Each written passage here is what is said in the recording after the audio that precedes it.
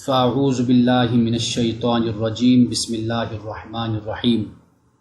آج سورۃ البقرہ کا رکوع نمبر 25 ہے اور رکوع نمبر 25 کے میرے پاس 8 سوالات ہیں۔ 8 سوالات پہ بات کرنے سے پہلے گزشتہ ہفتے 1-2 باتیں رہ گئی تھی، وقت کی کمی کی وجہ سے میں نے ان 2 باتوں کو چھوڑ دیا تھا۔ ایک تو یہ کہ گزشتہ رکوع میں قصاص کا ذکر آیا تھا، آیت نمبر ہے 194، اور 194 میں یہ فرمایا کہ الشہر الحرام بالشہر الحرام، کہ حرمت والا مہینہ حرمت والے مہینے کے بدلے ہے، والحرمات قصاص، اور حرمات میں قصاص ہے۔ اور قصاص یعنی یہاں پر قصاص سے مراد کیا ہے؟ یہاں پہ قصاص سے مراد یہ ہے کہ اگر مخالف دشمن اسلام اگر حرمت والے مہینوں میں اور حرمت والی جگہ پہ اگر حملہ کرتے ہیں اور غزن نقصان پہنچانے کی کوشش کرتے ہیں تو پھر ان کو جواب دیا جائے گا۔ یہ قصاص ہے، یعنی بدلہ ہے۔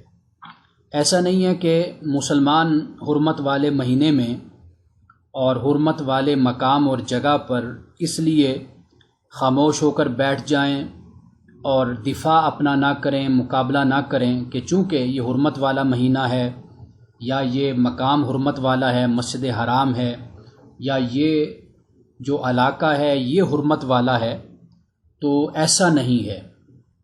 تو یہاں پر اس لیے قصاص کا لفظ استعمال کیا کہ بدلہ ہے، وہ لیا جائے گا۔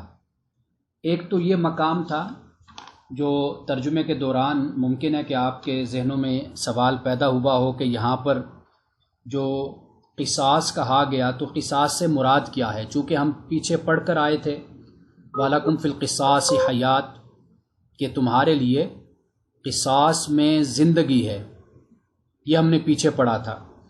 تو یہ قصاص سے مراد بدلہ ہے یہاں پر۔ اور دوسری بات یہ ہے کہ حج تمتع کی ہم نے بات کی تھی۔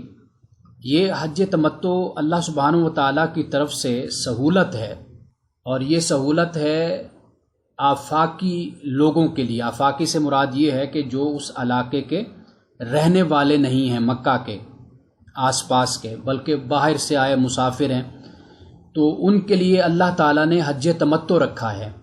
حج تمتع یہ کہ جو آس پاس رہنے والے لوگ ہیں وہ تو عمرہ بھی کر لیں گے اور وہ حج بھی کر سکتے ہیں، تو ان کے لیے تو مسئلہ کوئی نہیں ہے۔ لیکن جیسے ہم جیسے لوگ جب جاتے ہیں تو ان کی خواہش ہوتی ہے کہ عمرہ بھی ہو، حج بھی ہو، زیادہ سے زیادہ عبادت کر سکیں، تو اللہ سبحانہ و تعالیٰ نے تمتع مسلمانوں کے لیے جو آفاقی، ان کے لیے آفاقی کا لفظ بولتے ہیں جو باہر کے لوگ ہوتے ہیں، تو آفاقی افراد کے لیے اللہ تعالیٰ نے یہ ایک حج تمتع رکھا۔ تمتع سے مراد فائدہ اٹھانا ہے، فائدہ لینا ہے۔ تو یہاں پہ یعنی آیت نمبر ہے 196 جہاں پہ اس بات کو بیان کیا گیا۔ اب آگے جب ہم رکوع نمبر 25 کے سوالات پر بات کریں گے تو رکوع نمبر 25 کے سوالات میں ہی ایک سوال ایسا ہے کہ جس میں میں چاہوں گا کہ ایک بار پھر آپ کو میں حج کی جو 3 قسمیں ہیں جو بیان کی گئی ہیں وہ میں آپ کے سامنے رکھ دوں، تو اس طرح ایک دفعہ سبق کی یاد دہانی بھی ہو جائے گی اور ہمیں معلوم بھی ہو جائے گا کہ حج کی کیا صورتیں بنتی ہیں۔ پہلا سوال، بلکہ پہلا اور دوسرا سوال ایک ہی طرح کا ہے۔ پہلے سوال میں کسی نے رفث کے بارے میں پوچھا کہ رفث کیا ہے، اور دوسرے سوال میں پوچھا گیا کہ جی رفث، فسوق اور جدال یہ کیا الفاظ ہیں، ان کے کیا معانی ہیں، کیا مفاہیم ہیں۔ تو قرآن مجید میں یہ الفاظ آئے ہیں آیت نمبر 197 میں کہ اللہ سبحانہ و تعالیٰ نے یہ بات بیان فرما دی ہے کہ حج میں نہ تو رفث ہے، اور حج میں نہ فسوق ہے، اور حج میں نہ جدال ہے۔ یہ تینوں باتوں سے، تینوں کاموں سے اللہ سبحانہ و تعالیٰ نے منع کر دیا۔ اب ہم اس پر بات کرتے ہیں کہ رفث، فسوق اور جدال ہے کیا، یہ اہم سوال ہے۔ اب آپ یہ دیکھیے کہ اللہ سبحانہ و تعالیٰ نے ان 3 کاموں سے منع کیا، اور یہ 3 کام ایسے ہیں کہ جو حج کے مقاصد اور حج کے ماحول کو تہو بالا کر دیتے ہیں اور حج کی روح کے خلاف ہو جاتے ہیں۔ یہ 3 کام، اگر کوئی مسلمان ان 3 کاموں میں سے کوئی کام بھی کرتا ہے، کسی کام کا بھی مرتکب ہوتا ہے، تو گویا کہ حج کی روح کے خلاف اس نے وہ کام کیا ہے۔ پہلی بات کیا ہے؟ وہ ہے رفث۔ اب رفث کیا ہے؟ اس سے مراد ہوتا ہے کہ شہوانی باتیں اور شہوانی عمل، یعنی کہ یہ وہ کلام ہے کہ جس کا تعلق خواتین کے حوالے سے ہے، خواتین ہیں تو مردوں کے حوالے سے ہے، وہ شہوانیت کے حوالے سے ہے۔ یہ جنسی کلام اور جنسی باتیں مراد ہیں اور جنسی عمل مراد ہے۔ کیا یوں ہم کہہ سکتے ہیں کہ اس سے مراد انسانوں سے متعلق، یعنی انسان کا، ایک مرد کا عورت کے ساتھ، عورت کا مرد کے ساتھ جو تعلق ہے اس کو یہاں پر بیان کر دیا، چونکہ یہ اس سے اللہ سبحانہ و تعالیٰ نے حج کے موقع پر رفث سے روکا۔ کیوں؟ اس لیے کہ یہ موقع ہے اللہ سے تعلق قائم کرنے کا، اللہ سے تعلق کو مضبوط کرنے کا۔ حج یہ موقع نہیں ہے کہ ایک انسان دوسرے انسان سے تعلق کو قائم کرے، اور ایک مرد یا ایک عورت مخلوق کے حوالے سے، انسانوں کے حوالے سے اپنے ذہن میں ایسے کوئی خیالات لائے کہ جن خیالات سے حج کی روح متاثر ہوتی ہو۔ پہلی بات تو یہ ہوگی، رفث سے منع کیا۔ اور دوسری بات فرمائی فسوق۔ اب فسق کا لفظ ہم عام طور پر بولتے رہتے ہیں، فاسق ہم کہہ دیتے ہیں، تو یہ جو فسق ہے یا فسوق ہے، اس سے مراد کیا ہے؟ یہ بات یاد رکھ لیجئے کہ فاسق فلان، ان عربی زبان میں کہتے ہیں کہ جو شخص شریعت کی حدود سے باہر نکل جائے اس کو ہم فاسق کہتے ہیں۔ جیسے ہم نے کہا فاسق ہے، فاجر ہے، تو فاسق سے مراد وہ شخص کہ جو شریعت کی حدود سے باہر نکل جاتا ہے۔ اب رسول اللہ صلی اللہ علیہ وسلم کی ایک بڑی مشہور حدیث ہے کہ سباب المؤمن فسوق، مومن کو گالی دینا یہ فسوق ہے، یعنی یہ کیا ہے؟ نافرمانی ہے، یہ برا کام ہے۔ اب اللہ تعالیٰ نے حج میں کیوں منع کیا فسوق سے، یعنی گالی دینے سے یا زیادتی سے؟ وہ اس لیے منع کیا کہ یہ مساوات کے خلاف ہے، یعنی اللہ سبحانہ و تعالیٰ یہ چاہتا ہے کہ حج کے موقع پر مساوات قائم ہو، ایکویلٹی قائم ہو۔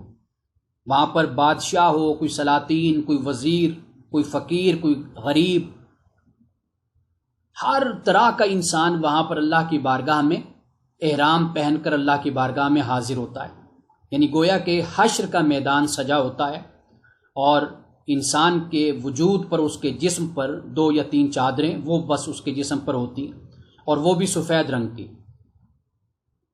یہ بات ہو گئی۔ چونکہ گالی دینا، کسی کے ساتھ زیادتی کرنا، در حقیقت یہ کس کے خلاف ہے؟ یہ ایکویلٹی کے خلاف ہے، مساوات کے خلاف ہے۔ اور حج وہ موقع ہے کہ جہاں پر اللہ تعالیٰ یہ چاہتا ہے کہ سارے انسان ایک جیسے ہوں، کسی میں کوئی عہدے کا، کوئی منصب کا، کوئی مرتبے کا، کوئی درجے کا کوئی فرق نہیں ہونا چاہیے، سب انسان برابر ہیں۔ تو فسوق سے اللہ تعالیٰ نے حج کے موقع پر اس لیے منع کر دیا۔ رفث سے بھی منع کیا، یعنی اگر انگلش میں ہم رفث کہیں تو لیوڈنس ہم اس کو کہہ سکتے ہیں، اور اسی طرح اگر ہم فسوق کی بات کریں تو ان ایکویٹی ہم اس کو کہہ سکتے ہیں انگلش میں۔ تراجم میں مفسرین کرام نے، جو انگلش کا ترجمہ کرنے والے، انہوں نے یہ ترجمہ اس کا کیا۔ اچھا، پھر تیسری بات جو حج کے موقع پر منع کر دی وہ جدال ہے، جھگڑا ہے۔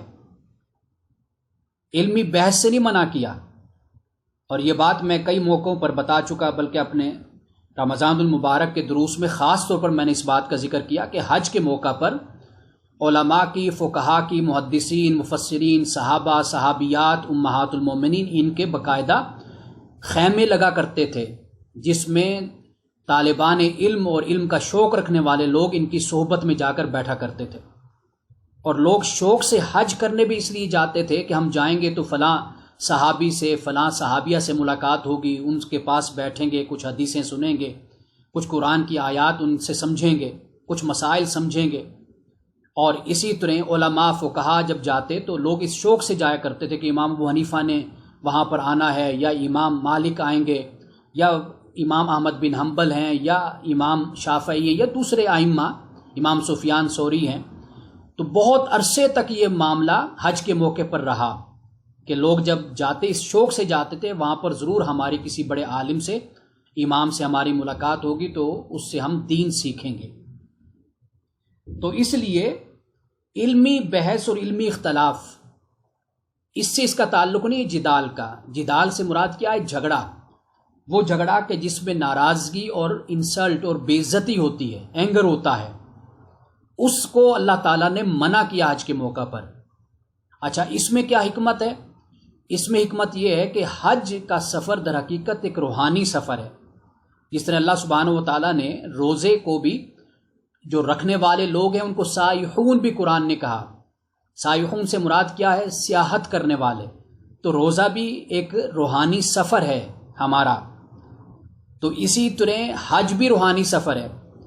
اور روحانیت کا دشمن، انسان کے روحانی سکون اور اطمینان کا دشمن جھگڑا ہوتا ہے۔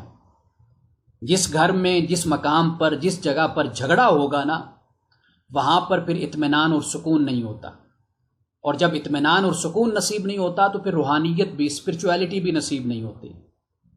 تو اس لیے اللہ سبحانہ و تعالیٰ نے فرمایا ولا جدال، کہ تم روحانی سفر پر آئے ہوئے ہو تو لہٰذا اب اس میں جدال نہیں ہے، تم نے جھگڑنا نہیں ہے۔ اگر تم جھگڑو گے تو تمہارے اس روحانی سفر کا جو مقصد ہے وہ ختم ہو جائے گا۔ اللہ کی طرف متوجہ ہو جاؤ، سکون اطمینان کے ساتھ مناسک حج کو ادا کرو، اللہ کی تسبیح اور تحلیل کرو، اس کا ذکر کرو، اللہ سے استغفار کرو، توبہ کرو، معافی مانگو، اللہ نے جو نعمتیں تم کو عطا کی ہیں ان کا شکر ادا کرو۔ تو اس لیے رفث، فسوق اور جدال سے اللہ تعالیٰ نے منع فرما دیا۔ ایک بار میں پھر بتا دیتا ہوں کہ رفث سے مراد مرد اور عورت کا باہمی تعلق۔ اللہ تعالیٰ نے، حالانکہ یہ تعلق خاص تعلق ہے اور یہ سب سے خوبصورت تعلق ہے، لیکن اللہ نے کہا کہ اب حج کے موقع پہ آئے ہو، اب سارے تعلقات کو تم ختم کر دو، اپنے ذہن سے نکال دو، اب صرف اور صرف میرا تعلق ہے۔ یہ رفث میں آ گیا۔ اور فسوق میں گالی موجود ہے، جیسے رسول اللہ کی حدیث میں نے آپ کو سنائی۔ تو گالی کس چیز کے خلاف ہے؟ گالی مساوات کے خلاف، ایکویلٹی کے خلاف ہے۔ اس لیے کہ کسی کو چھوٹا سمجھا جاتا ہے تو اس کو گالی دی جاتی ہے، اور خود کو بڑا سمجھا جاتا ہے تو گالی دی جاتی ہے۔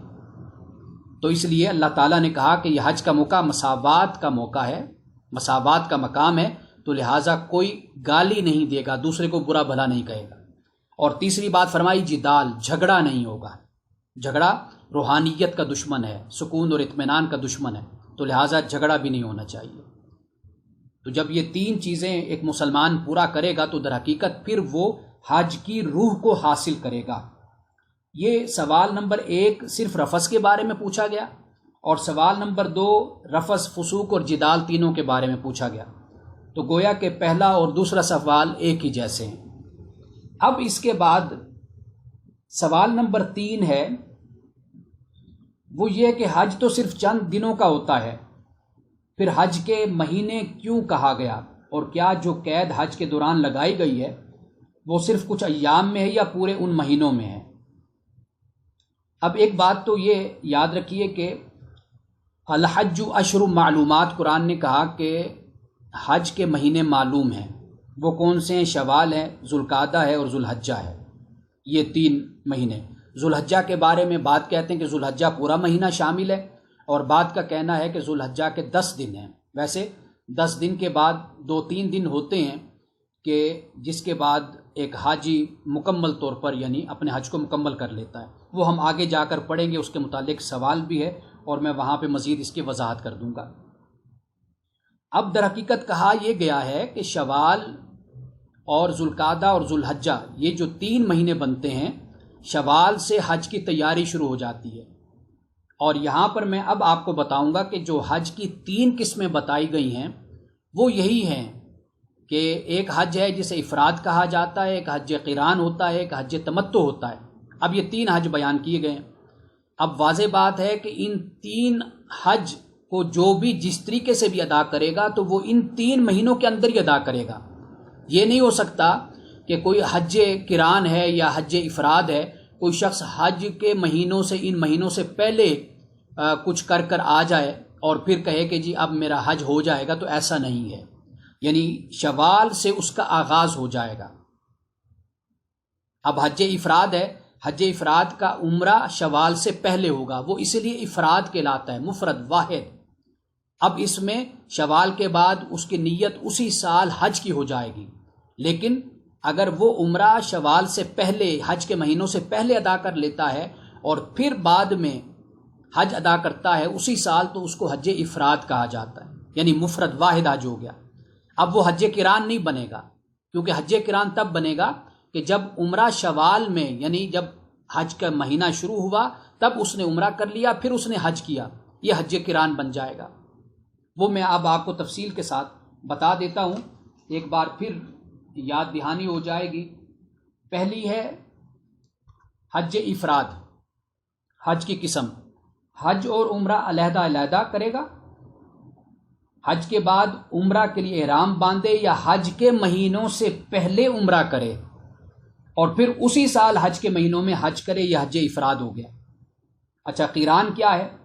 حج کے مہینوں میں عمرہ اور حج کی اکٹھی نیت کرے اور دونوں کے لیے احرام باندھے، اور جب تک دونوں نہ کر لے احرام نہ کھولے، یا حج کے مہینوں میں عمرہ کے لیے احرام باندھے اور احرام کھولنے سے پہلے حج کو ساتھ ملائے، یہ حج قران ہے۔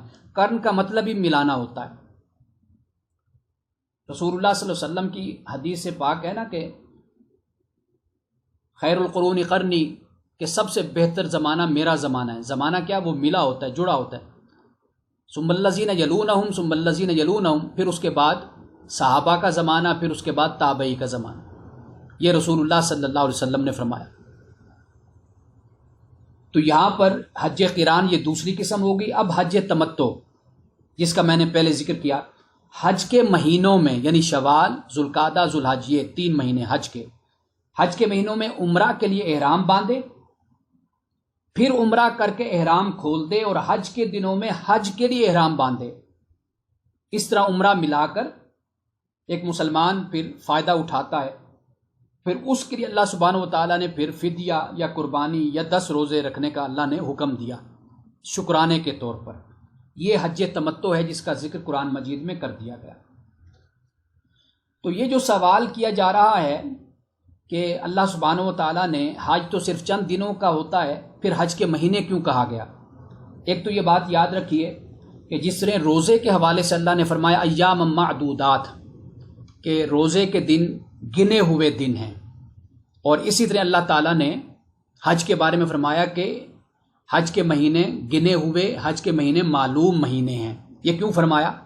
یہ اس لیے فرمایا، اس میں حکمت یہ ہے تاکہ ہمیں یہ معلوم ہو جائے کہ حج کی مدت غیر معین نہیں ہے، معین ہے، اللہ تعالیٰ نے مقرر کر دی ہے، تاکہ انسان کی طبیعت میں ایک گھٹن نہ پیدا ہو کہ شاید بس حج ہی کی حالت میں رہنا ہے، بلکہ یہ بتا دیا کہ حج کی مدت کو معین کر دیا گیا ہے، بس اس میں تم نے یہ فرائض اور یہ مناسک اور یہ ارکان تم نے ادا کرنے، اس کے بعد یہ حج کا فریضہ تمہارا ادا ہو جائے گا۔ جس نے اللہ سبحانہ و تعالیٰ نے روزے کے حوالے سے فرما دیا کہ روزے کے دن معلوم ہیں اور گنے چنے دن ہیں، تو یہاں پر اس لیے اللہ تعالیٰ نے معلوم کا لفظ استعمال فرما دیا، یعنی اس میں یہ حکمت ہے کہ ایک تو معین ہمیں معلوم ہو جائے کہ معین ہے مدت اس کے مہینے معلوم ہے، ان مہینوں میں تم نے حج کو ادا کرنا ہے، اور چونکہ تیاری شوال سے شروع ہو جاتی ہے، یعنی آپ نے عمرے کو ملانا ہے اور آپ حج سے پہلے، یعنی وہ جو 10 دن بنتے ہیں ان سے پہلے آپ نے عمرہ کر لینا ہے یا بعد میں آپ نے کرنا ہے، تو اس لیے اللہ سبحانہ و تعالیٰ نے شوال سے بتا دیا کہ اس وقت سے، اس مہینے سے ان اعمال کو تم شروع کر سکتے ہو اور حج کے ساتھ جوڑ سکتے ہو، اس لیے الحج اشہر معلومات فرما دیا گیا۔ اب اس کے بعد تیسرا سوال ہے، اور وہ سوال یہ ہے کہ اللہ کا ذکر تو حج کے تمام ایام میں ہوتا ہے، مگر 198 میں عرفات سے واپسی پر مشعر الحرام میں اللہ کے ذکر کی تلقین کی گئی ہے؟ مشعر الحرام سے کیا مراد ہے؟ اس ذکر سے کیا مراد ہے؟ اچھا، ذکر سے مراد تو معلوم ہے کہ مناسک حج ہیں، ارکان ہیں، اللہ کی تسبیح و تحلیل ہے، جیسے میں نے بتایا، ذکر ہے، عبادت ہے، اللہ کی حمد و ثنا ہے، اس کی تعریف ہے، اللہ کی بارگاہ میں شکر ادا کرنا ہے، گناہوں کی معافی، استغفار ہے، عبادت ہے۔ ذکر سے تو یہ مراد ہے کہ جب اللہ تعالیٰ یہ فرماتا ہے کہ اللہ کو یاد کرو، جیسے سورۃ الحج میں ہم نے بیان کیا کہ وہاں پر قربانی کے بارے میں جب ذکر ہوا تو فرمایا کہ اللہ کے نام کو یاد کرو، ذکر کرو اللہ کے نام کا۔ تو وہاں چونکہ قربانی کرنی ہے تو اللہ سبحانہ و تعالیٰ نے اپنے نام کا وہاں پر ذکر کرنے سے اشارہ اس بات کی طرف کر دیا کہ جب تم جانور قربان کرو تو وہاں پر میرا نام لو، اللہ کا نام لو۔ یہاں پر جب اللہ نے فرمایا کہ اللہ کو یاد کرو تو اس سے مراد کیا ہے؟ مناسک حج ہیں، تمام اعمال ہیں، تسبیح و تحلیل ہے، وہ سب کچھ اس میں شامل ہو جاتا ہے۔ ایک تو ذکر سے یہ مراد ہے۔ اچھا، پھر یہ ہے کہ یہاں پر آیت نمبر 198 ہے، میں یہ سامنے رکھ لیتا ہوں تاکہ بات مزید واضح ہو جائے کہ تم پر گناہ نہیں ہے کہ تم چاہو فضل اپنے رب کا۔ فَإِذَا أَفَضْتُم مِّنْ عَرَفَاتٍ، اور جب تم عرفات سے نکلو تو یاد کرو، کہاں پر؟ مشعر حرام کے پاس۔ وَاذْكُرُوا كَمَا هَدَاكُمْ، اور یاد کرو اللہ کا ذکر، یعنی اس طرح اللہ کو یاد کرو جیسے اس نے تم کو ہدایت دی ہے۔ اب یہاں پہ یہ اسلوب اور یہ انداز کیوں اختیار کیا گیا؟ اس کا پس منظر سمجھ لیجئے۔ اس کا پس منظر یہ ہے کہ عرب کے جو لوگ تھے، خاص بڑے قبیلے، یہ ایک کنفیڈریشن ان کی بن گئی تھی جس کو حمص کہتے تھے، HUMS، یعنی انگلش میں ہم لکھیں گے تو یوں لکھیں گے، عربی میں حا میم سین۔ اب اس میں قریش، کنانہ، خزاعہ، ثقیف، بنو عامر، بنو نصر اور اس طرح کے ایک دو اور قبائل، یہ ان کی ایک کنفیڈریشن آپ کہہ لیجیے، یہ وجود میں آ گئی تھی۔ اب یہ کرتے کیا تھے؟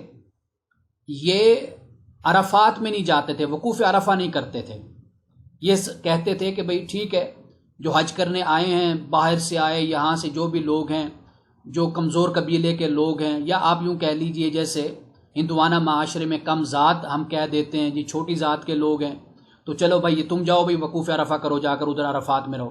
خود یہ مزدلفہ میں بیٹھ جایا کرتے تھے، اور مزدلفہ میں پھر یہ اپنی محفلیں لگا لیتے، شعر و شاعری ہو رہی ہے جی، وہاں پر رقص و سرود ہو رہا ہے، اور وہاں پر بیٹھے ہوئے فخر کی باتیں ہو رہی ہیں، اپنے خاندانی باتیں ہو رہی ہیں، اپنے آبا کی، ان کی بہادری کے قصے، جنگ و جدال کی باتیں ہو رہی ہیں مزدلفہ میں بیٹھے ہوئے۔ اور یہ انہوں نے ایک تفریق پیدا کر دی۔ جیسے ہمارے ہاں کسی ایک عمل کو بڑے کے ساتھ خاص کر دیا جاتا ہے، خاص آدمی کے ساتھ، ایک عمل کو عام آدمی کے ساتھ خاص کر دیا جاتا ہے، خود بخود ہی ایک عمل کو بڑا سمجھ لیا جاتا ہے اور ایک عمل کو چھوٹا سمجھ لیا جاتا ہے، ایک ایٹیچیوڈ کو بڑا ایٹیچیوڈ سمجھا جاتا ہے، ایک ایٹیچیوڈ کو چھوٹا ایٹیچیوڈ خیال کیا جاتا ہے۔ یہ خود بخود ایک کلچر میں، اور جہاں پر ایک ذہنی پستی یا اخلاق اور کردار کی پستی ہوتی ہے، وہاں پر یہ چیزیں خود بخود وجود میں آ جاتی۔ عرب کے معاشرے میں بھی یہ بات وجود میں آ گئی کہ عام لوگ تو جاؤ بھئی عرفات میں رہو جا کر، لیکن خود یہ مزدلفہ میں بیٹھے ہوئے یہ محفلیں سجاتے رہتے تھے کہ بس ہم نے تو یہاں پر بیٹھنا ہے۔ تو اللہ تعالیٰ نے یہ حکماً یہ فرمایا کہ جب تم عرفات سے آ جاؤ تو اللہ کو یاد کرو، کہاں پر؟ مزدلفہ کے پاس۔ مشعر حرام سے مراد مزدلفہ، مزدلفہ کے پاس بیٹھ کر تم اللہ کو یاد کرو۔ ویسے مشعر جو لفظ ہے نا، اس کا مطلب جو ہوتا ہے ایک ظاہری نشان اور علامت کو کہتے ہیں، اور مشعر الحرام در حقیقت مزدلفہ کا یہ نام ہے، یعنی جہاں پہ عرفات سے واپس آتا ہے مسلمان حاجی اور رات کاٹتا ہے وہاں پر، اور نماز اور عشاء، مغرب اور عشاء کو جمع کرتا ہے، اور پھر فجر کی نماز بھی وہیں پر پڑھی جاتی ہے مزدلفہ میں، تو یہ مزدلفہ ہے۔ مشعر کا مطلب ہوتا ہے ظاہری نشان اور علامت، یہ حرمت کا ایک نشان ہے مزدلفہ۔ تو یہاں پر یہ لوگ بیٹھتے اور عرفات میں نہیں جایا کرتے تھے۔ تو یہ چند قبائل تھے، انہوں نے اپنے آپ کو ممتاز خیال کرنے کے لیے، وی آئی پی اپنے آپ کو دکھانے کے لیے، تو وہاں پر نہیں جانا، باقی سب لوگ وہاں پر جائیں، کیونکہ ہم ان میں کیوں جا کر بیٹھے ہیں عرفات میں، ان میں ہم مزدلفہ میں علیحدہ ہو کر بیٹھیں گے اپنی شان اور اپنی شوکت کے ساتھ. تو یہ ان کا رویہ ہوتا تھا. اب یہ جو عرفات ہے یہ بھی میں ضمناً آپ کو بتاتا چلوں. بعض روایات میں یہ بات بیان کی جاتی ہے کہ یہ حضرت جبریل علیہ السلام نے حضرت ابراہیم کو حج کے مناسک سکھائے اور ان کی تعلیم دی. تو وہاں پر عرفتہ یعنی تو نے جان لیا اس کا مطلب ہوتا ہے عرفتہ. معرفت ہم لفظ بولتے ہیں پہچاننا جاننا، تو وہاں سے پھر یہ عرفات یہ لفظ استعمال ہونے لگا. تو یہ سوال نمبر 4 ہے کہ مشعر الحرام سے مراد میں نے بتا دیا کہ مزدلفہ، اور اللہ تعالیٰ نے یہ کیوں فرمایا، اس کا پس منظر اور اس کی حکمت یہ ہے کہ عرب کا جو کلچر تھا، جو طریقہ تھا حج کرنے کا، حج حالانکہ مساوات کے لیے، ایکویلٹی کے لیے تھا، ساری انسانیت کے لیے تھا اور بلا تفریق رنگ نسل کے تھا، لیکن انہوں نے تفریق پیدا کر دی تھی. تو اللہ تعالیٰ نے حکماً یہ فرمایا کہ یہ تم نے کرنا ہے. اچھا، اب رسول اللہ صلی اللہ علیہ وسلم نے ہی حج کے موقع پر ہی، آپ نے سنا ہوگا بڑا مشہور خطبہ ہے آپ کا کہ جس میں آپ نے فرمایا کہ اے لوگو سنو، تم سب کا رب ایک ہے. کسی عربی کو عجمی پر، کسی عجمی کو کسی عربی پر، اور کسی گورے کو کسی کالے پر، کسی کالے کو کسی گورے پر کوئی فضیلت نہیں مگر تقویٰ. ان اکرمکم عند اللہ اتقاکم، سورۃ الحجرات میں فرمایا کہ بے شک تم میں سے سب سے زیادہ عزت والا وہ ہے جو تم میں سے سب سے زیادہ متقی، پرہیزگار، اللہ تعالیٰ کے قوانین احکام کی پیروی کرنے والا، وہ در حقیقت متقی ہے. جو اللہ کے احساس کے ساتھ زندگی گزارنے والا ہے، اللہ کے ساتھ زندگی گزارنے والا ہے، وہ در حقیقت متقی. تو وہاں پر سورۃ الحجرات میں یہ فرمایا، رسول اللہ صلی اللہ علیہ وسلم نے در حقیقت اس کی تفصیل اور اس کی تفسیر آپ نے یہاں پر فرما دی کہ کسی کو کوئی کسی پر فضیلت حاصل نہیں ہے. ایک ایک بات کو بیان کر دیا اور عرب کے لوگوں کو خاص طور پر مخاطب کیا، اس لیے کہ وہ عربی تھے اور رنگ کے صاف تھے. جو لوگ باہر سے آتے تھے وہ عجمی ہوتے تھے، اور عجمی، اور پھر اس کے ساتھ ویسے میں یہ بتا دوں آپ کو، تاریخی حوالے سے عجمی کا لفظ فارسیوں کے لیے استعمال کرتے تھے، فارس کے لوگوں کے لیے. اور یہ آج کا یہ تصادم اور اختلاف نہیں ہے ان دو قوموں کا، کہہ لیجئے یہ صدیوں کا اختلاف ہے، اور اسلام سے پہلے کا کہہ لیجئے تو پھر بھی غلط نہیں ہوگا. تو عجمی در حقیقت غیر عربی یعنی فارسیوں کے لیے، خاص طور پر ایرانیوں کے لیے یہ لفظ بولا جاتا تھا، اور پھر اس کے بعد اس کو عجمی کو عربی کے مقابلے میں بولا جانے لگا، یعنی جو غیر عربی ہے. اب عربی عجمی تو یہ ہو گیا، اور پھر جو گورے کالے کا معاملہ ہے وہ یہ کہ جیسے حضرت بلال حبشی تشریف لائے، اسلام قبول کیا، اور بہت سے لوگ ایسے ہوتے تھے جو رنگ کے صاف نہیں ہوتے تھے، تو یہ عربی لوگ ان پر پھر اپنی فضیلتوں کو بیان کرتے تھے، اور یہ بھی خیال کیا جاتا تھا کہ یہ حبشی ہیں، افریقی ہیں، تو یہ ایسے علاقوں سے آئے ہیں، یہ یعنی جنگوں میں غلام بن کر بھی آ جاتے تھے، اور رنگ کے یہ سفید نہیں ہوتے تھے، کالے ہوتے تھے. اس بنیاد پر رسول اللہ صلی اللہ علیہ وسلم نے اس کو بیان کیا، کیونکہ عرب میں یہ تفریق موجود تھی. اور اب آپ دیکھیے، کمال دیکھیے کہ یہ 1500 سال پہلے کی بات ہے، یہ میگنا کارٹا کے بعد کی بات نہیں ہے. یہ 1500 سال پہلے رسول اللہ صلی اللہ علیہ وسلم نے صحابہ سے، مسلمانوں سے، اس وقت مشرک بھی ہوں گے، کافر بھی کئی لوگ ہوں گے، غیر مسلم بھی ہوں گے، سب سے آپ نے یہ خطاب فرمایا، اے لوگو سنو ذرا اس بات کو. اور آدم کی اولاد سب کو قرار دیا آپ نے 1500 سال پہلے. وہاں پر یہ حالت تھی ذات پات کی، رنگ نسل کی، عربی اور عجمی کی اتنی تفریق آج بھی وہ موجود ہے. تو آپ اندازہ کیجئے کہ وہ کتنا مشکل وقت ہوگا کہ جب قوم جہالت میں، شرک اور بدعت میں ڈوبی ہوئی قوم تھی، کس طرح ان کو نکالا 23 سال کے عرصے میں، ان کو کہاں سے کہاں پہنچا دیا. اب اس کے بعد سوال نمبر 5 ہے، یہ آیت ہے جی ثم افیدوا من حیث افاد الناس. اب یہ دیکھیے، یہ پھر اسی بات کی طرف اشارہ فرمایا کہ پھر تم چلو جہاں سے لوگ چلے، تم نکلو جہاں سے لوگ نکلے. واستغفر اللہ، اس حال میں کہ تم اللہ سے مغفرت مانگو، استغفار کرو. اب یہ بالکل وہی بات ہوگی جو میں نے ابھی آپ کو بتائی کہ اللہ نے فرمایا کہ جہاں سے لوگ نکلتے ہیں نا، یعنی عرفات سے نکل کر مزدلفہ کی طرف آتے ہیں، تم بھی وہاں پہنچو اور وہاں پر اسی طرح وقت گزارو، پھر اس کے بعد وہاں سے تم مزدلفہ آ جاؤ۔ یہ اللہ تعالیٰ نے عمومی حکم جاری فرما دیا کہ اب کوئی تفریق نہیں کی جائے گی۔ یہ 5واں سوال اسی حوالے سے تھا کہ ثم افیدوا من حیث افاد الناس سے کون سی جگہ مراد ہے۔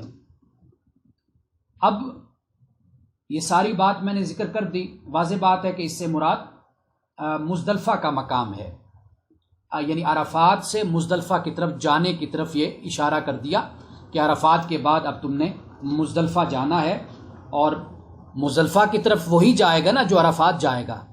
جو بیٹھا ہی مزدلفہ میں ہوگا تو وہ عرفات سے مزدلفہ کی طرف کیسے آئے گا؟ تو لہٰذا اس بات کی طرف اشارہ کر دیا کہ عرفات جاؤ اور بالکل اسی طرح جو ملت ابراہیمی اور دین ابراہیمی کے مطابق حج ہے اس طریقے سے ادا کرو، عرفات میں وقت گزارو اور پھر اس کے بعد مزدلفہ میں آؤ۔ اب اس کے بعد چھٹا سوال ہے، یہ چھٹا سوال ہے آیت نمبر 203 کے متعلق، کہ آیت نمبر 203 میں حج کے کس عمل کے بارے میں وضاحت کی جا رہی ہے۔ 203 ہے وَاذْكُرُوا اللَّهَ فِي أَيَّامٍ مَّعْدُودَاتٍ، کہ اللہ کو یاد کرو گنتی کے دنوں میں۔ فَمَن تَعَجَّلَ فِي يَوْمَيْنِ فَلَا إِثْمَ عَلَيْهِ، بس جو جلدی کرے تو 2 دن میں، یعنی وہ چلا آتا ہے چلا جاتا ہے تو کوئی گناہ نہیں، اگر کوئی ٹھہر جاتا ہے تاخیر کرتا ہے تو پھر بھی کوئی گناہ نہیں ہے۔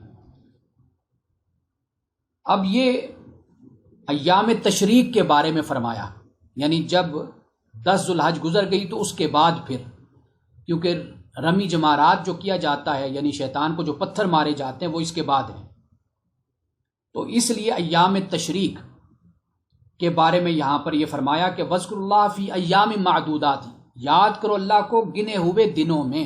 یہ گنے ہوئے دن کون سے ہیں یہ بیان کر دیا۔ یعنی ہم اگر اس کا ترجمہ کریں تو ہم ترجمہ یوں کر سکتے ہیں کہ اللہ پاک نے فرمایا جو یوم النحر کے بعد، یوم النحر سے مراد 10 ذو الحج، جب ہم نحر یعنی اونٹ کی قربانی کو، میں نے یہ ہفتے کے روز آپ کو تفصیل سے بتایا تھا کہ نحر اونٹ کی قربانی کے لیے استعمال ہوتا ہے، ذبح ہم کرتے ہیں، لفظ بولتے ہیں ذبح، اس سے مراد ہر قسم کا جانور اس کے لیے استعمال ہو جاتا ہے، لیکن عرب میں اونٹ کی قربانی کی جاتی تھی۔ رسول اللہ صلی اللہ علیہ وسلم نے بھی اونٹ کی قربانی کی، فصلی لربک وانحر، اپنے رب کے لیے نماز پڑھیے اور قربانی کیجیے۔ اب نحر جو فرمائے یہ اونٹ کی قربانی ہو گئی، اور میں نے آپ کو بتایا تھا کہ اونٹ کو حلقوم میں یعنی سینے اور گردن کے درمیان میں جو جگہ ہوتی ہے وہاں پر نیزہ مارا جاتا ہے یا بڑی چھری ماری جاتی ہے، اور صحابہ کا طریقہ یہ تھا کہ 4 ٹانگوں میں سے ایک ٹانگ کو باندھ دیا کرتے تھے اور وہ 3 ٹانگوں پر اونٹ کھڑا رہتا تھا۔ پھر جب حلقوم میں نیزہ مارتے وہ خون آہستہ آہستہ نکلنا شروع ہوتا، تو جسم اس کا جب ضعف جسم میں پیدا ہوتا، کمزوری پیدا ہوتی، تو وہ اونٹ آہستہ آہستہ بیٹھ جاتا تھا، اور جب بیٹھ جاتا تو پھر اس کے بعد پھر باقی عمل اس کے ساتھ شروع ہوتا تھا۔ تو اب یہاں پر جو یہ فرمایا ایام معدودات، ایام معدودات سے مراد گنے ہوئے دن، وہ گنے ہوئے دن کون سے ہیں؟ وہ ایام تشریق ہیں۔ اچھا، اب میں ترجمہ کروں گا تو میں ساتھ ہی یعنی اس کو واضح کرتا چلا جاؤں گا، ترجمے میں ہی بات واضح ہو جائے گی۔ جو یوم النحر کے بعد، قربانی کے دن کے بعد 2 دن، یہاں یومین فرمایا نا، 2 دن، 11 اور 12 ذو الحج کو رمی کر کے واپسی کی جلدی کر لے تو اس پر کوئی حرج نہیں، کوئی گناہ نہیں اس پر، یعنی 11 اور 12 ذو الحج کو اس نے رمی کر لی اور پھر اس کے بعد وہ واپس چلا جاتا ہے تو کوئی گناہ نہیں۔ اور جو 13 ذو الحج تک، یعنی وہ من تأخرا، اور جو تاخیر کرے، اور جو 13 ذو الحج تک روانگی میں تاخیر کرے تو اس پر بھی کوئی گناہ نہیں ہے۔ رسول اللہ صلی اللہ علیہ وسلم کے بارے میں یہ روایت کیا جاتا ہے کہ رسول اللہ نے 13 ذو الحج تک اپنی روانگی کو آپ نے مؤخر کیا تھا، آپ نے تاخیر فرمائی تھی۔ تو اگر کوئی کر لیتا ہے تو کرنے کا مقصد کیا ہوگا؟ مقصد اللہ تعالیٰ کی تسبیح ہوگی، عبادت مقصود ہوگی۔ یہ مقصود نہیں ہوگا کہ وہ عرب کے اندر طریقہ تھا کہ اگر وہ بیٹھتے تھے تو آگے قرآن کی جب ہم ترجمہ پڑھیں گے تو اس میں اس کی وضاحت کر دوں گا کہ وہ حج ہو جاتا تو اس کے بعد پھر وہ رمی وغیرہ اگر ہو جاتی تو بعد میں 1-2 دن تک وہ بیٹھے پھر اپنے بزرگوں کی باتیں اور قصے سناتے رہتے تھے اور اپنی تاریخ کو بیان کرتے رہتے تھے. تو اس بات کو یہاں پر بیان کیا لمن اتقا، اس کے لیے جس نے تقوی اختیار کیا.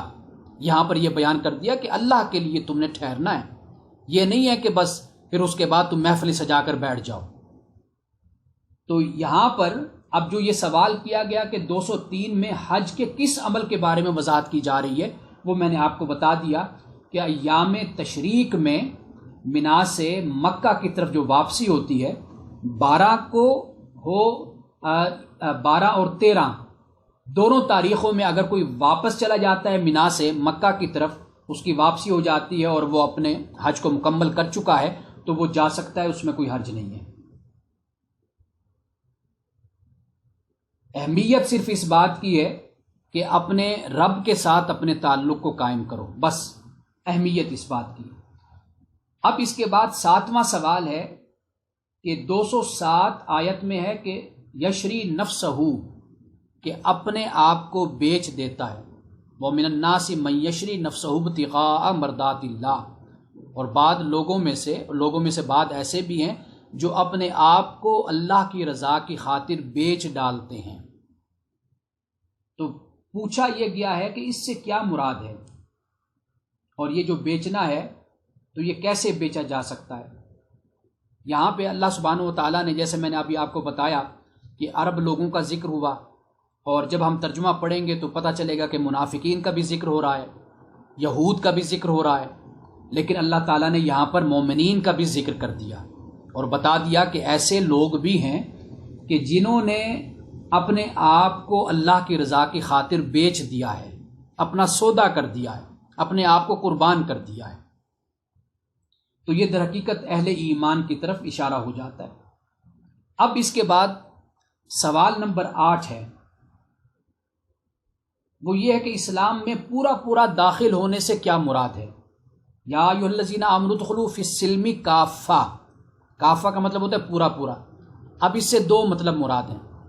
ایک تو مراد یہ ہے کہ ہمیں یہ کہا جا رہا ہے مسلمانوں کو کہ جو پورا اسلام ہے نا اس میں تم داخل ہو جاؤ،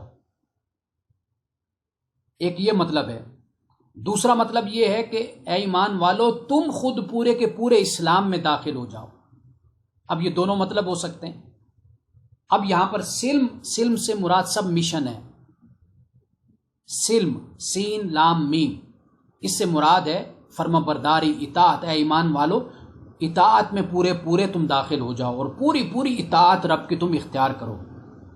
یعنی اسلام میں جسے کہتے ہیں نا پک اینڈ چوز کا معاملہ نہیں ہے کہ کوئی بات آپ نے قبول کر لی، کسی بات کو چھوڑ دیا. یؤمنون ببعض الکتاب وتکفرون ببعض، قرآن کہتا ہے ویکفرون ببعض، کہ یہ یہودی لوگ بعد ایمان کو قبول کرتے ہیں، کتاب کے بعد حصے پر ایمان لاتے ہیں اور بعد حصے کا انکار کر دیتے ہیں. تو اس طرح ایمان نہیں لانا. ایمان لانا ہے تو مکمل ایمان لانا ہے. یہ یہاں پر بیان کیا، یعنی پسند ناپسند ہے، محبت ہے، غضب ہے، دوستی دشمنی، سب میں معیار اللہ کی ذات قرار پائے. یہ در حقیقت ہے اسلام میں پورا داخل ہونا. ایک بڑی خوبصورت حدیث ہے، حضرت انس بن مالک رضی اللہ تعالیٰ عنہ سے روایت ہے. آپ بیان کرتے ہیں کہ رسول اللہ نے فرمایا کہ جس شخص میں ان 3 باتوں میں سے کوئی بات بھی ہوگی وہ در حقیقت ایمان کی حلاوت کو پائے گا، ایمان کی مٹھاس کو، لذت کو وہ اس شخص کو حاصل ہوگی جو یہ 3 باتوں میں سے کوئی بات بھی اس کے اندر اگر موجود ہے یا یہ تینوں باتیں اس میں موجود ہیں. فرمایا خدا اور اس کا رسول اسے ہر چیز سے زیادہ محبوب ہو. ایک بات تو یہ ہوگی، خدا اور اس کا رسول، اللہ اور اس کے رسول سے محبت ہر چیز سے زیادہ ہو. پہلی بات تو یہ ہے کہ ایسے شخص کو ایمان کی حلاوت اور مٹھاس نصیب ہوگی. سورۃ التوبہ میں اللہ پاک نے تمام رشتہ داریوں کو، والدین، اولاد اور بیوی، بچے، انسان کا کاروبار، مساکن، گھر بار، سب کچھ ذکر کرنے کے بعد اللہ پاک نے فرمایا کہ اگر ان کی محبت، ان تمام چیزوں کی، رشتوں کی محبت اگر اللہ اور اس کے رسول کی محبت سے زیادہ ہو جائے، جہاد کی محبت سے زیادہ ہو جائے، تو پھر اللہ تعالیٰ کے حکم کا انتظار کرو، اس کے فیصلے کا انتظار کرو۔ یہ سورۃ التوبہ میں اللہ پاک نے فرمایا۔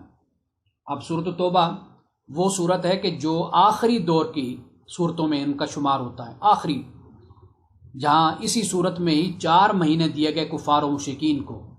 حضرت ابوبکر صدیق رضی اللہ تعالیٰ عنہ کا امیر الحج بنا کر آپ کو بھیجا گیا، تو اس میں یہ فرمایا گیا سورۃ التوبہ میں، یعنی ایک فائنل بات بیان کر دی گئی کہ اب آنے والے وقت میں اس کو معیار بناؤ اپنی زندگی کا، اگر تم خود کو مسلمان کہتے ہو، اللہ اور اس کے رسول کی محبت کو۔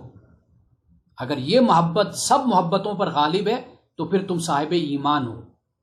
اگر باقی سب کچھ ان محبتوں پر غالب ہے، اللہ اور اس کے رسول کی محبت پر، پھر اپنے ایمان کی خیر مناؤ۔ ایک بات تو یہ فرما دی۔ دوسری بات فرمائی کہ کسی شخص سے محبت کرتا ہے اللہ کے لیے، اگر کسی سے بغض رکھتا ہے تو اللہ کے لیے۔ الحب للہ والبغض للہ، محبت بھی اللہ کے لیے اور بغض بھی اللہ کے لیے۔ یعنی کسی سے اگر محبت کا تعلق ہے تو وہ اللہ کے نام پر ہے، اگر کسی سے تعلق نہیں ہے تو وہ بھی اللہ کے نام پر ہے۔ یہ دوسری بات بیان کی۔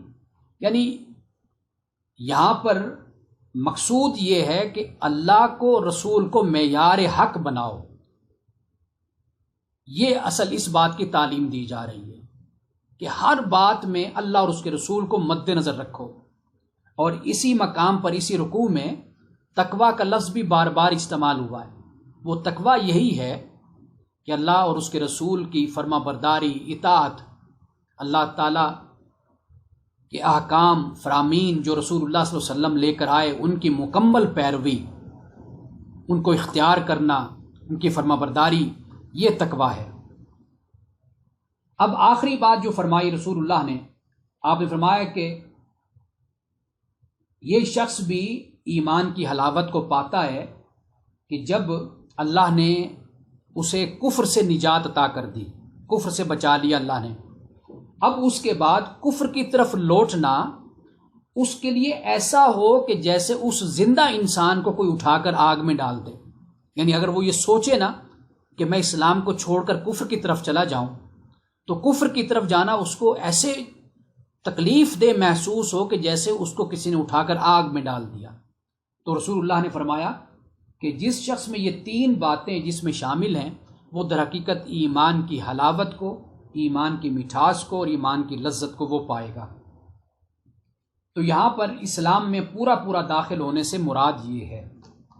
میں آپ کو یہ بھی بتانا چاہتا تھا کہ طواف کا ذکر ہم نے کافی دفعہ کیا، تو میں یہ بتاتا چلوں کہ طواف کی کئی قسمیں ہیں، لیکن ان میں ایک طواف ہے کہ جس کو طواف حج اور طواف افاضہ بھی کہا جاتا ہے اور طواف زیارت بھی کہا جاتا ہے۔ اور یہ وہ طواف ہے کہ جو 10 ذوالحجہ کو مینا میں قربانی کرنے کے بعد حاجی مکہ المکرمہ آتے ہیں اور بیت اللہ کا طواف کرتے ہیں۔ یہ جو طواف ہے اس کو طواف زیارت کہتے ہیں، اور یہ طواف حج بھی کہلاتا ہے اور طواف افاضہ بھی کہلاتا ہے۔ اور آپ نے ایک طواف کا نام سنا ہوگا، طواف قدوم بھی کہتے ہیں، یعنی جو بندہ پہلے آتا ہے۔ یہ واجب نہیں ہے، جو فقہاء نے جس طرح تقسیم بیان کی نا، فرض، واجب کی اور مسنون یا مستحب کی، اس ترتیب سے میں آپ کو بتا رہا ہوں۔ تو طواف قدوم یہ مسنون ہے، سنت ہے، یہ واجب نہیں ہے۔ اگر کوئی مکہ جانے کے بجائے اگر کوئی سیدھا مینا میں یا عرفات میں چلا جاتا ہے تو اس پر کوئی دم نہیں ہوگا۔ اور اسی طرح ایک طواف عمرہ ہوتا ہے، یعنی آپ صرف عمرہ کرتے ہیں تو واضح بات ہے پھر آپ نے طواف کرنا ہے، کیونکہ عمرہ کا رکن ہے طواف۔ اور اسی طرح طواف وداع ہوتا ہے، یعنی الوداعی جسے ہم طواف کہتے ہیں، یعنی مکہ سے رخصت ہونے سے پہلے، اس کے بارے میں کہا جاتا ہے کہ یہ طواف واجب ہے۔ یہ کچھ قسمیں ہیں، ضمناً میں نے کہا میں آپ کو یہ بتا دوں، کیونکہ یہاں پر جب حج کی بات ہوگی تو واضح بات ہے کہ طواف بھی اس میں شامل ہوتا ہے۔ اب میں ترجمہ کرتا ہوں جی۔ بسم اللہ الرحمن الرحیم۔ الحج اشہر معلومات، حج کے مہینے معلوم ہیں۔ فمن فرض فیہن الحج فلا رفث ولا فسوق ولا جدال فی الحج، پس جس نے ان مہینوں میں حج لازم کر لیا، یعنی جس شخص نے، حاجی نے، تو فلا رفسا، تو نہ رفس ہے، نہ فسوق ہے، اور نہ جدال ہے حج میں۔ رفس، فسوق، جدال میں نے آپ کو پہلے تفصیل کے ساتھ بتا دیا۔ وما تفعلوا من خیر یعلمہ اللہ، اور جو خیر کرتا ہے اللہ تعالیٰ اس کو جانتا ہے، یعنی جو بھی تم نیکی کرتے ہو نا یا کرو گے اللہ تعالیٰ اسے جانتا ہے۔ وتزودوا فإن خیر الزاد التقویٰ، زاد راہ لے لیا کرو، بے شک بہترین زاد راہ تقویٰ ہے۔ یہاں زاد راہ سے مراد کیا ہے؟ یہ جو ساز و سامان ہوتا ہے، ایسا نہیں ہونا چاہیے کہ حاجی اپنے گھر سے چلے اور جناب وہاں پر جو مقیم رہنے والے لوگ ہیں ان پر جا کر بوجھ بن جائے، کھانے پینے کے معاملے میں، دوسرے معاملات میں۔ تو اللہ نے فرمایا کہ گھر سے کچھ نہ کچھ اس کا ارینج کر کے، کچھ انتظام کر کے اپنے ساتھ چلو۔ یہ تزودو سے مراد دنیاوی ساز و سامان ہے۔ بعد نے کہا کہ جی یہاں پر دنیاوی نہیں، اس سے مراد وہی ایمان اور روحانیت، یہ مراد ہے۔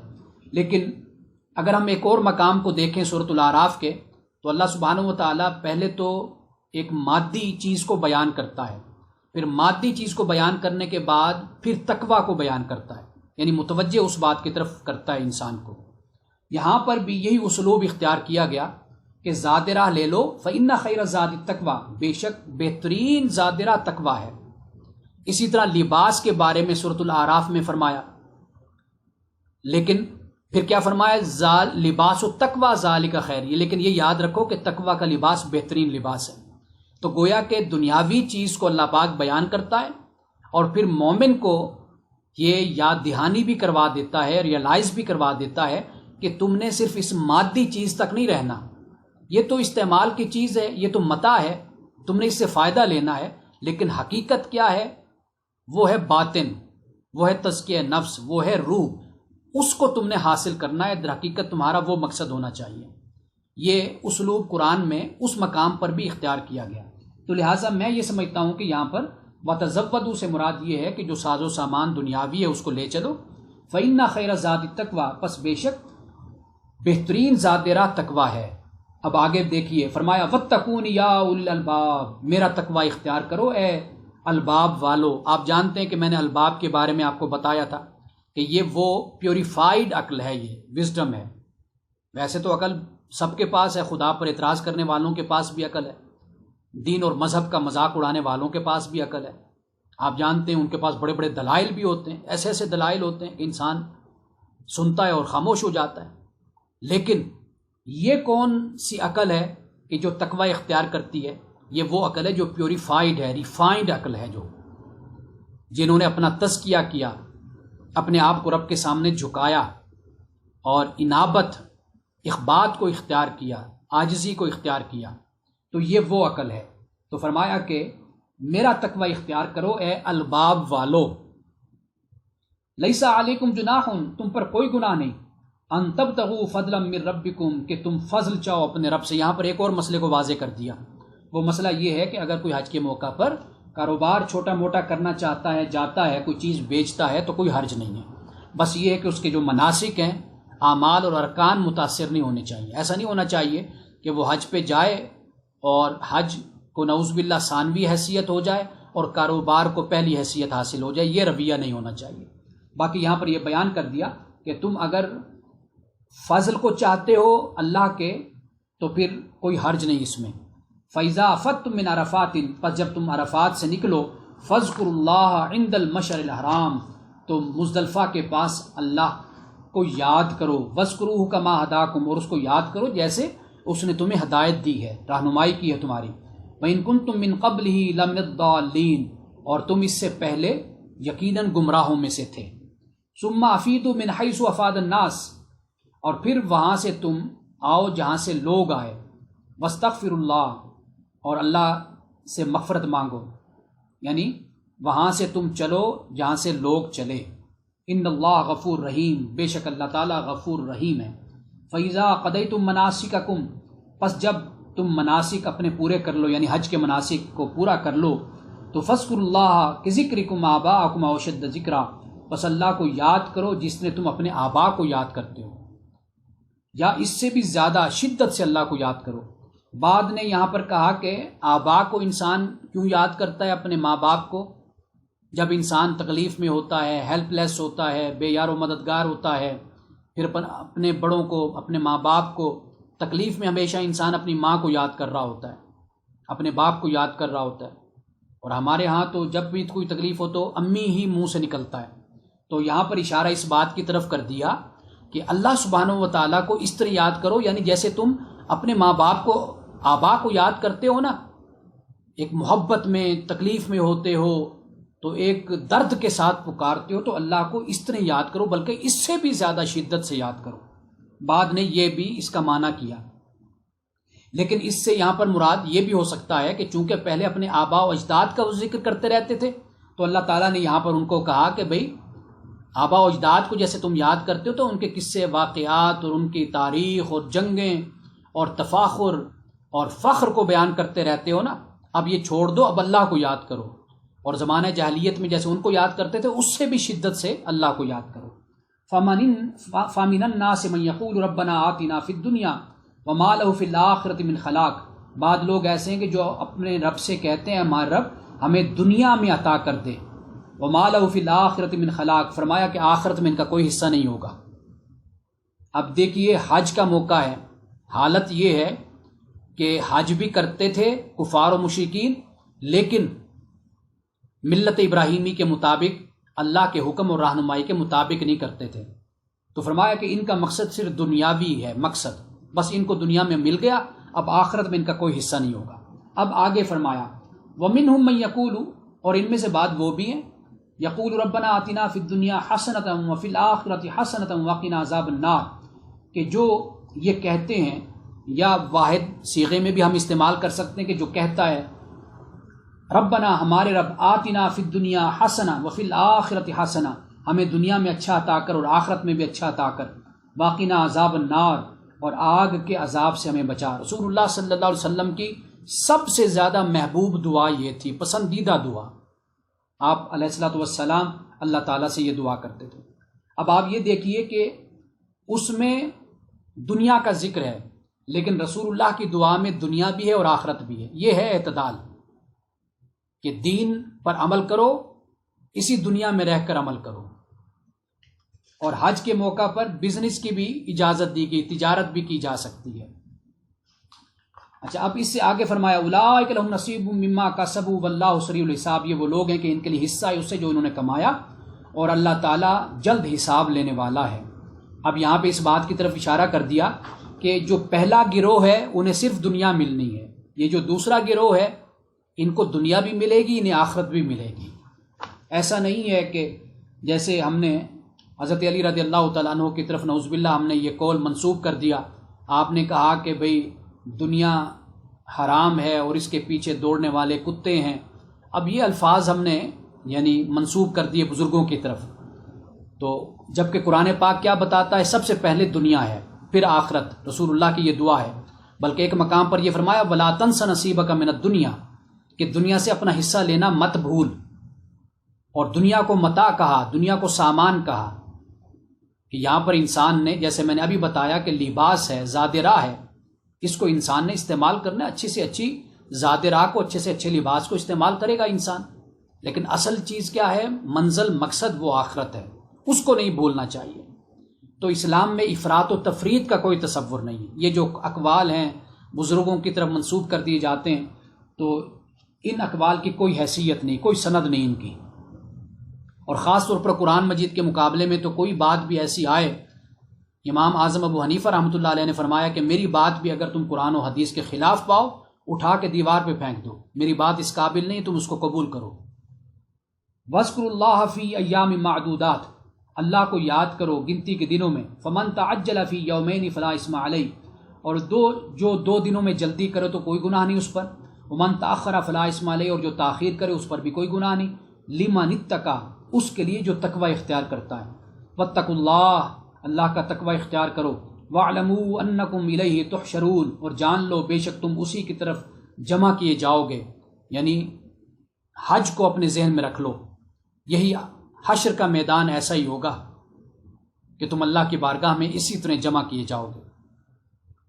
وَمِنَ النَّاسِ مَن يُعْجِبُكَ قَوْلُهُ فِي الْحَيَاةِ الدُّنْيَا، اور بعض لوگ ایسے ہیں لوگوں میں سے کہ جن کے قول، جن کی بات بڑی اچھی لگتی ہے تجھے دنیا کی زندگی میں، وَيُشْهِدُ اللَّهَ عَلَى مَا فِي قَلْبِهِ، اور وہ اپنے دل پر جو ان کے دل میں ہے، قلب میں، اس پر اللہ کو گواہ بناتے ہیں، ایسے لوگ ہیں۔ وَهُوَ أَلَدُّ الْخِصَامِ، فرمایا کہ یہ تو الد الخصام ہیں، الد الخصام یعنی جھگڑے میں بہت سخت، یعنی انگلش میں نے دیکھا تو موسٹ کروکڈ ان ڈسپیوٹیشن، موسٹ کروکڈ ان ڈسپیوٹیشن، ایک یہ ترجمہ کیا گیا، اور ایک ترجمہ کیا گیا فiercest آف ایڈورسریز، یعنی مخالفت میں مخالفوں کے ساتھ سخت رویہ، الد الخصام، جسے آپ کہہ لیجئے کہ سخت قسم کا جھگڑالو۔ اللہ نے یہ فرمایا کہ جب ان کی باتیں سنو گے نا تو ایسی باتیں کریں گے کہ دل موہ لیں گے، اور بات بات میں اللہ کو گواہ بنائیں گے جو ان کے دل میں ہے۔ تو فرمایا کہ یہ سب سے زیادہ جھگڑالو قسم کے یہ لوگ ہیں۔ وَإِذَا تَوَلَّى سَعَىٰ فِي الْأَرْضِ، اور جب یہ حاکم ان کو بنایا جاتا ہے، یہ حاکم بنتے ہیں تو پھر زمین میں کیا کرتے ہیں؟ لِيُفْسِدَ فِيهَا، فساد کرتے ہیں۔ وَيُهْلِكَ الْحَرْثَ وَالنَّسْلَ، حرث کو، کھیتی کو اور نسلوں کو برباد کرتے ہیں۔ وَاللَّهُ لَا يُحِبُّ الْفَسَادَ، اللہ تعالیٰ فساد کو پسند نہیں کرتا۔ اب آپ دیکھ لیجئے کہ وہاں روزے کا ذکر ہوا تھا تو اللہ تعالیٰ نے کرپشن، بدعنوانی کا ذکر کر دیا تھا، اور یہ بتا دیا تھا کہ صرف ایک عبادت کو، ڈوگما جس کو ہم انگلش میں کہتے ہیں، وہ نہ خیال کرو صرف اور صرف بس عبادت یہ خالی خولی نہیں، اس کا تعلق سماج کے ساتھ، معاشرے کے ساتھ جوڑ دیا۔ اب یہاں پر دیکھیے حج کا ذکر کرنے کے بعد اب اللہ تعالیٰ پھر معاشرے کا، سماج کا، حکومت کا، اجتماعیت کا بیان شروع کر رہا ہے۔ یہ بتا رہا ہے کہ حج کرنے والوں کو اس طرح اچھے کردار کا مالک ہونا چاہیے، خرابیاں ان کے اندر نہیں ہونی چاہیے۔ وَإِذَا قِيلَ لَهُ اتَّقِ اللَّهَ أَخَذَتْهُ الْعِزَّةُ بِالْإِثْمِ فَحَسْبُهُ جَهَنَّمَ، اور جب اسے کہا جاتا ہے کہ اللہ سے ڈر تو اس کی عزت اس کو گناہ پر آمادہ کر دیتی ہے۔ فَحَسْبُهُ جَهَنَّمَ، فرمایا کہ اس کا ٹھکانہ جہنم ہے۔ وَلَا بِئْسَ الْمِہَادُ، اور بہت بری جگہ ہے وہ۔ وَمِنَ النَّاسِ مَن يَشْرِي نَفْسَهُ ابْتِغَاءَ مَرْضَاتِ اللَّهِ، اب یہ ایمان والے کہ بعض لوگ ایسے بھی ہیں کہ جو اپنے آپ کو اللہ کی رضا کی خاطر بیچ ڈالتے ہیں۔ واللہ رؤوف بالعباد، اللہ تعالیٰ بندوں کے ساتھ مہربان ہے۔ یا ایھا الذین آمنوا ادخلوا فی السلم کافہ، اے ایمان والو اسلام میں پورے داخل ہو جاؤ، فرمان برداری میں داخل ہو جاؤ۔ ولا تتبعوا خطوات الشیطان، شیطان کے قدموں کی پیروی مت کرو۔ انہ لکم عدو مبین، بے شک وہ تمہارا کھلا دشمن ہے۔ فإن زللتم من بعد ما جاءتکم البینات، پھر اگر تم پھسل گئے بعد اس کے کہ تمہارے پاس بینات آ گئیں، بینات سے مراد قرآن ہے، رسول اللہ ہیں، بینات سے مراد یہ ساری کائنات، اس کی اتنی نشانیاں ہمارے سامنے موجود ہیں، قرآن ہے، اللہ ہے، رسول ہے، یہ سب نشانیاں۔ فَاعْلَمُوا، جان لو، ان اللہ عزیز حکیم، بے شک اللہ تعالیٰ غالب حکمت والا ہے۔